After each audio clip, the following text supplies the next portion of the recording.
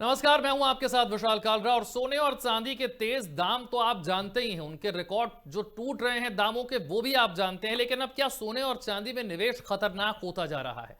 आज बात इसकी करेंगे।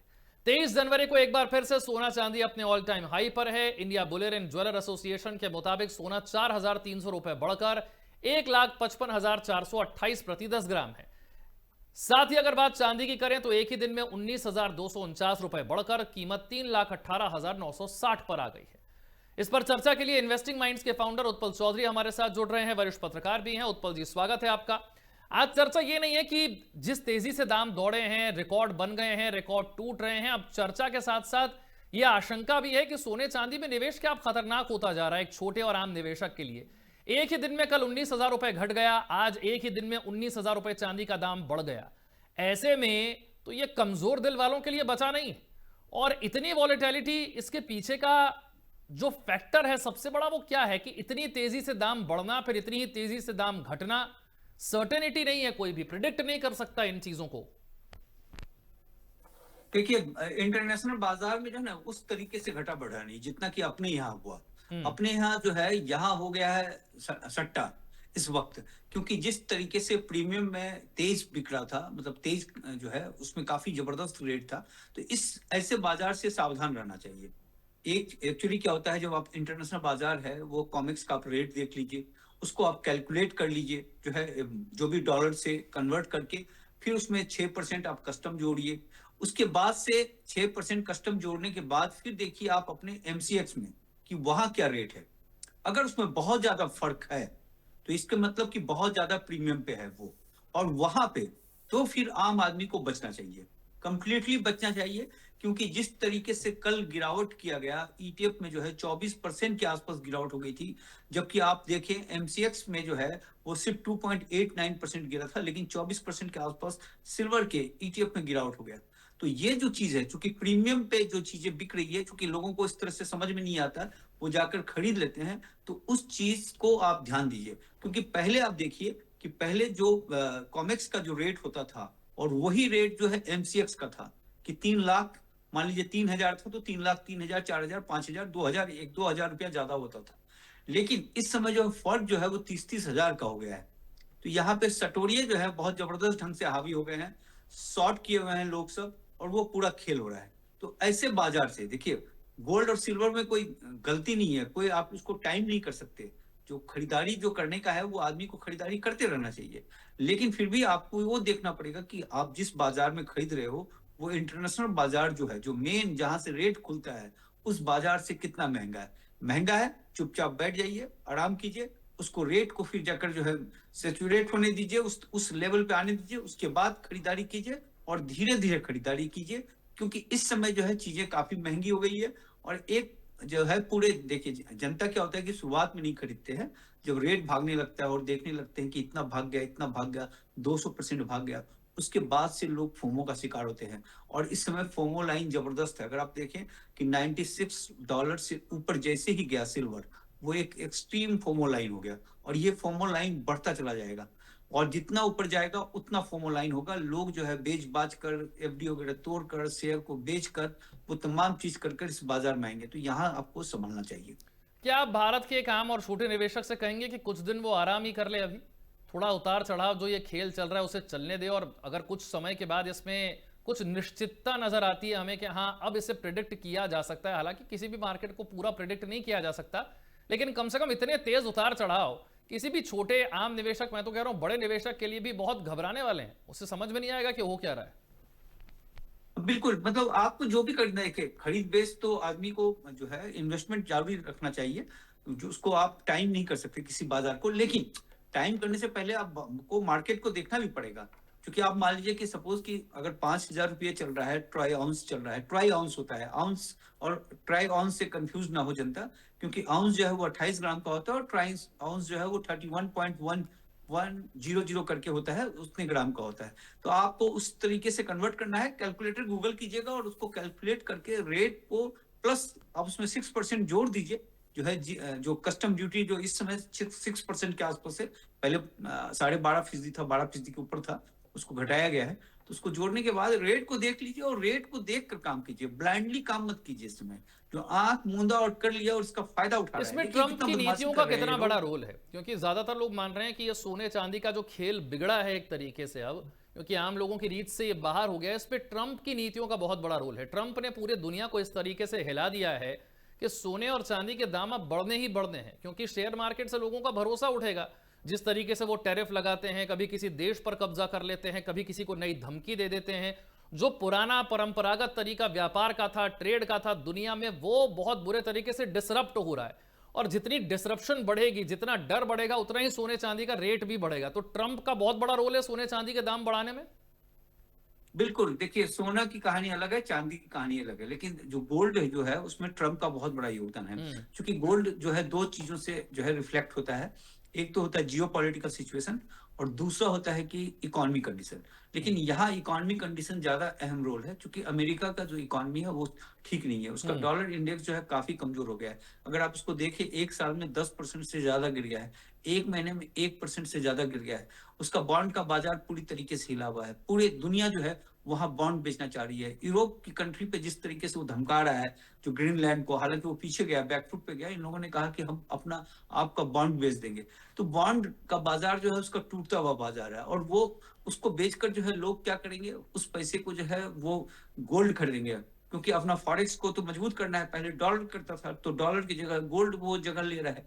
क्योंकि देखिए कि पोलैंड ने अभी कहा है कि उसको 150 टन गोल्ड खरीदना है, मतलब 550 के आसपास है, उसको 700 टन करना है। जो सेंट्रल बैंक जो पिछले 3 साल से जो लगातार गोल्ड खरीद रहा है, उसके गोल्ड खरीदने के इसमें कोई रफ्तार में कमी नहीं होगी। क्योंकि जियो पॉलिटिकल सिचुएशन जो ट्रम्प के बयान से जिस तरीके से बदलता है, जो चीजें आती है, तो उसमें क्या होगा कि वो कहीं ना कहीं उसका बयान जो है उसके पैसे को, उसके डॉलर को, उसके बॉन्ड को कमजोर करता है, और वो पैसा फिर निकलकर जो है गोल्ड की तरफ जाता है। तो स्वाभाविक सी बात है कि उससे गोल्ड जो है महंगा होगा। और जैसे ग्रीनलैंड वाला जो इशू था, वो तो एक चलिए जो इशू में उसमें रिफ्लेक्ट हुआ था, उसके बाद वो बैकफुट पे गया, वो डाइल्यूट हो गया। लेकिन ट्रम्प पे लोगों का भरोसा जो है खत्म हो गया। और जियो पॉलिटिकल सिचुएशन पे अभी हम देखें कि जैसे कि रसिया और यूक्रेन वाला जो है, वो एक अभी सऊदी में जो है बैठक चल रही है डेलीगेशन का, 2 दिनों का है, कल तक है बैठक। उसके बाद से कुछ आउटकम निकलता है, अगर पॉजिटिव रहता है, हालांकि उससे कोई फाइनल रिजल्ट निकलेगा नहीं, लेकिन अगर थोड़ा सा पॉजिटिव लेकिन भी होता उत्पल है जी एक बात तो। बताइए, पिछले एक महीने में चांदी की कीमत 1 लाख रुपए बढ़ गई है। ऐसा तो इतिहास में हमने कभी नहीं देखा होगा। माना कि इंडस्ट्री में चांदी की डिमांड बहुत ज्यादा है, माना कि चाइना ने एक्सपोर्ट पर ब्रेक लगा दिया है, माना कि ट्रंप की नीतियों का भी असर है, लेकिन किसी भी चीज में इतनी ज्यादा तेजी के एक महीने में 1 लाख रुपए दाम बढ़ जाए किसी चीज का, और उसके बाद भी वो रुके नहीं, तो फिर आप प्रिडिक्ट कैसे करेंगे उससे? 4 लाख, 5 लाख, 6 लाख आप प्रिडिक्ट ही नहीं कर सकते जिस तेजी से ये चांदी दौड़ रही है इस वक्त। और जिस तेजी से ये बिल्कुल दौड़ रही है, क्या उसी तेजी से एक बबल नहीं बन रहा? फिर क्रैश भी उतनी तेजी से नहीं होगा। बिल्कुल आपकी बात सही है। क्रैश की बात अभी हम नहीं करेंगे, लेकिन जिस तेजी से जो भाग रहा है, देखिए गोल्ड की कहानी मैंने आपको बताया, गोल्ड जो है कंप्लीटली इकोनॉमी से जुड़ा हुआ है। सिल्वर की कहानी डिफरेंट चल रही है। सिल्वर में होगा कि डिमांड सप्लाई जो भी चीजें था, लेकिन अगर आप पिछले 2 महीने से देखें, दिसंबर को देखें और जनवरी को देखें, तो वो लगभग 50% से ज्यादा जो है इसी 2 महीने में भाग गया है। तो ये तेजी जो है बहुत जरूरत से ज्यादा तेज है। और इसमें देखिए ऐसा है कि जो डिमांड सप्लाई और तमाम बातें तो हम लोग करते ही रहते हैं, वो हकीकत है कि डिमांड सप्लाई का जो है एक जो है क्राइसिस है। लेकिन इसमें क्या होता है कि आप ये मत भूलिएगा कि यहाँ बहुत सारे सटोरिये होते हैं। क्योंकि आप अपने यहाँ ही देखिए कि एमसीएक्स में किस तरीके से कल उसने खेल किया, या ईटीएफ में किस तरीके से खेल किया, इसी तरीके से पूरी दुनिया में जो है सटोरिये मौजूद हैं। और पहले क्या होता था कि जो डेरिवेटिव्स में जो काम होता था, वो होता था शॉर्ट करते थे, यानी कीमत को जब नीचे लेकर जाते थे तो उनको फायदा होता था। अभी ये लॉन्ग कर गए होंगे। अब हम मसलन की सपोज कि किसी ने 70 के आसपास जो है लॉन्ग किया होगा कि 100 के आसपास लेकर जाना है हमें, और 100 पे फिर वो सौदा कटेगा, तो वो उस तरीके से डेरिवेटिव्स का भी मार्केट जो है काफी ये है। इसलिए इस समय जो मैं लोगों को ये कह रहा हूं कि इस समय क्या होता है कि लोग जो है वो गलत बात, मतलब आप उसको ये कहेंगे कि सावधान रहो, कम पैसे लगाओ, बच के रहो, तो वो सुनना पसंद नहीं करते। क्योंकि उसको तो ये दिख रहा है कि डेली सुबह उठते हैं और ऑल टाइम हाई बन गया होता है, हर दिन ऑल टाइम हाई रिकॉर्ड टूट रहा होता है। तो ऐसे मार्केट से बिल्कुल सावधान रहना चाहिए, बहुत तरीके से सावधान रहना चाहिए। और आप जिस तरीके से पैसे निवेश करते थे, मान लीजिए, एक तो पोर्टफोलियो का जो है पूरा पैसा कभी नहीं लगाना चाहिए, 20% से ज्यादा नहीं लगाना चाहिए, लेकिन इस बाजार में 20% को भी हाफ कर देना चाहिए, 10%, 10% और भी। 10% भी किस्तों में, वो नहीं कि एक बारगी में।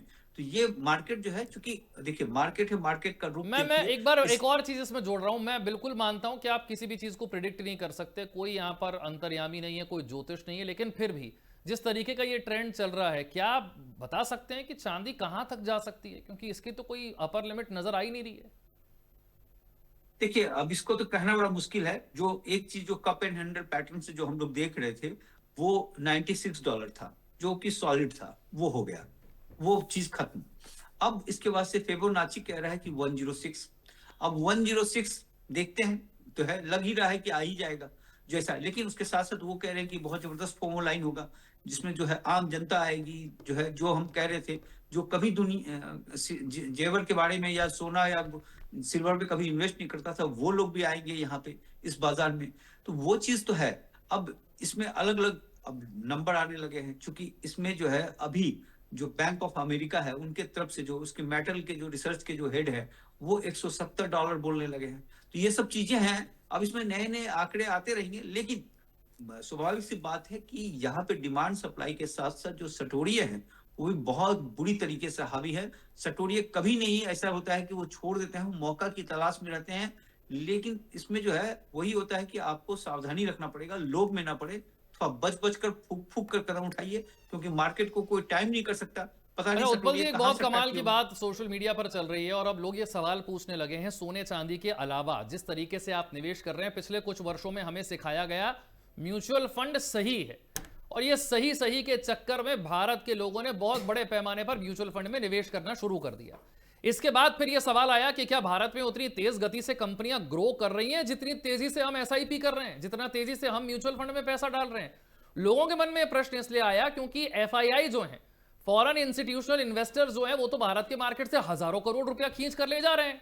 इसका मतलब या तो उन्होंने प्रॉफिट कमा लिया जितना उनको चाहिए था, और या तो फिर उनको नजर आ रहा है कि यहां से आगे कोई ग्रोथ नहीं है, भारत में उस तेजी से नौकरियां नहीं बढ़ रही, भारत में उस तेजी से इंफ्रास्ट्रक्चर का डेवलपमेंट नहीं हो रहा है, फ्री बीज पर ज्यादा पैसा खर्च हो रहा है। तो क्या भारत के एक आम निवेशक को सोचने की जरूरत नहीं है कि जिन कंपनियों में ये एसआईपी किए जा रहे हैं वो कंपनियां सच में ग्रो भी कर रही हैं, नहीं कर रही हैं? ये म्यूचुअल फंड कितना सही है, और अब सही है भी या गलत हो गया है? बिल्कुल आपकी बात सही है कि एफआईज जो है वो बहुत ही स्मार्ट लोग हैं।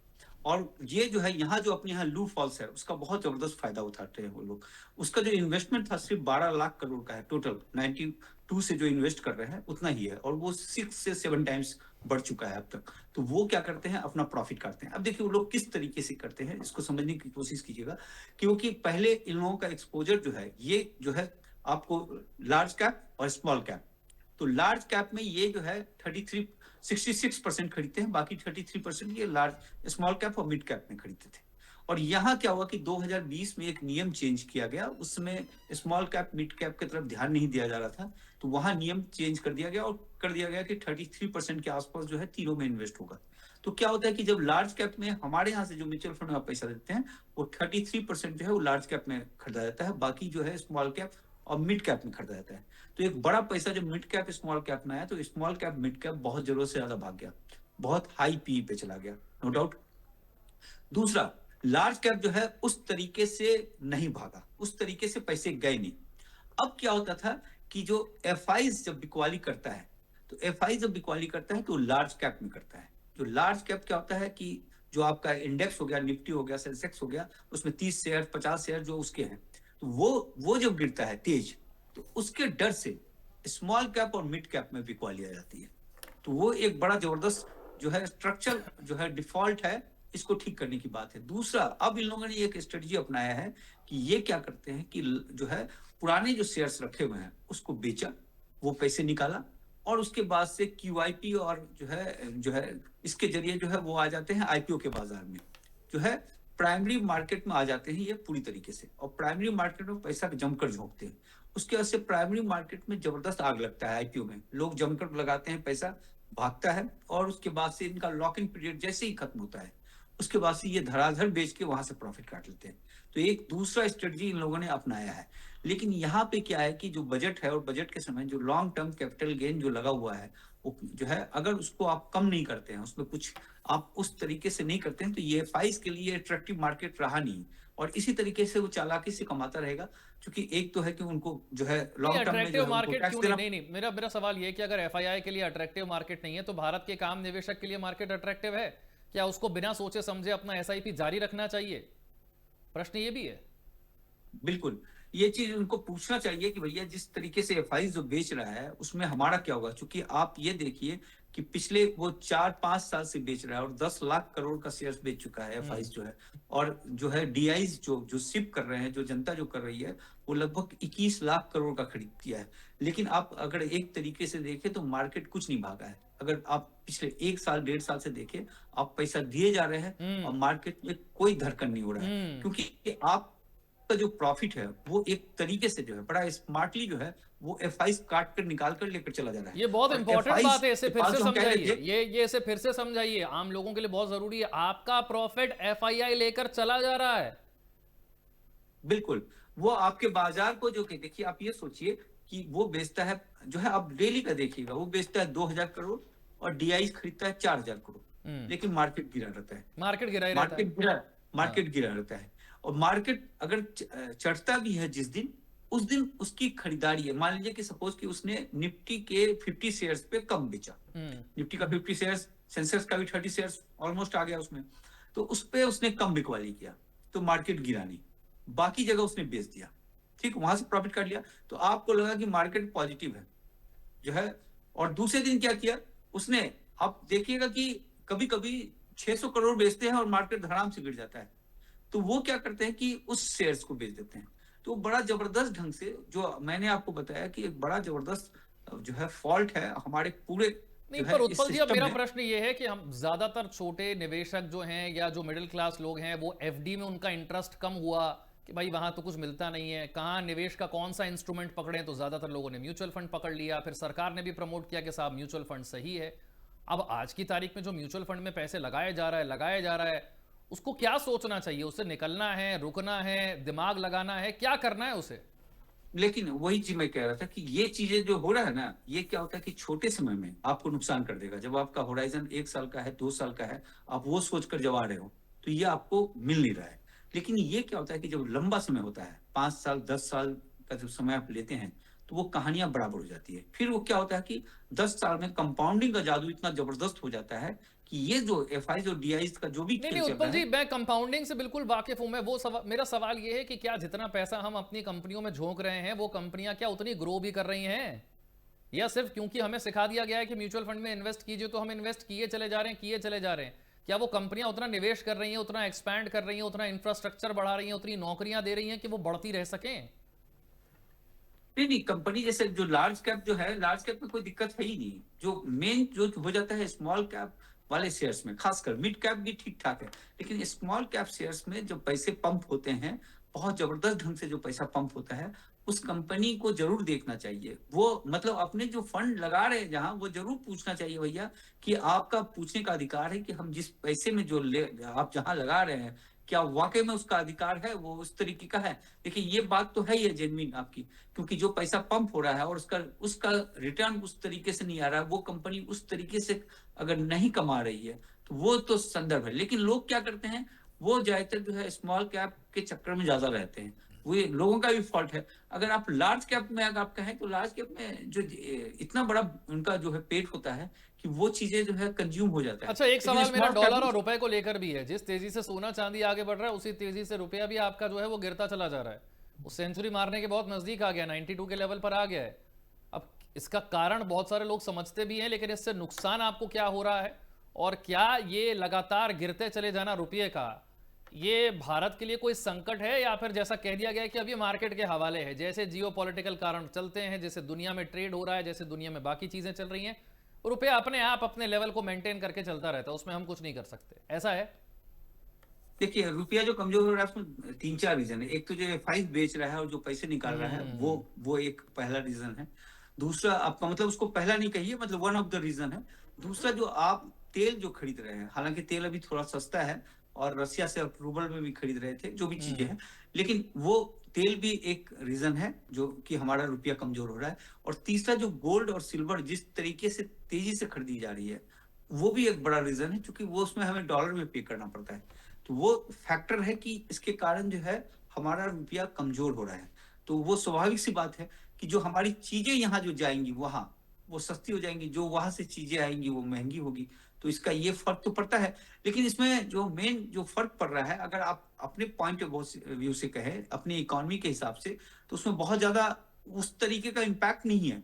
लेकिन जो है जिसके बच्चे बाहर पढ़ते हैं या जो बाहर का सामान आप मंगवाते हैं, वो सब चीजें महंगा हो रहा है। उसका बट नेचुरल सी बात है। और जैसा कि आप देख रहे हैं कि गोल्ड और सिल्वर को भी देखें अगर आप, तो वो भी जो है आप उसको डॉलर में जब कन्वर्ट करेंगे, इंडियन रुपीज में कन्वर्ट करेंगे, तो वो भी आपको एक तरीके से महंगा मिल रहा है। तो वो तो नुकसान है ही है। और इसको सरकार कंट्रोल नहीं कर पा रही है।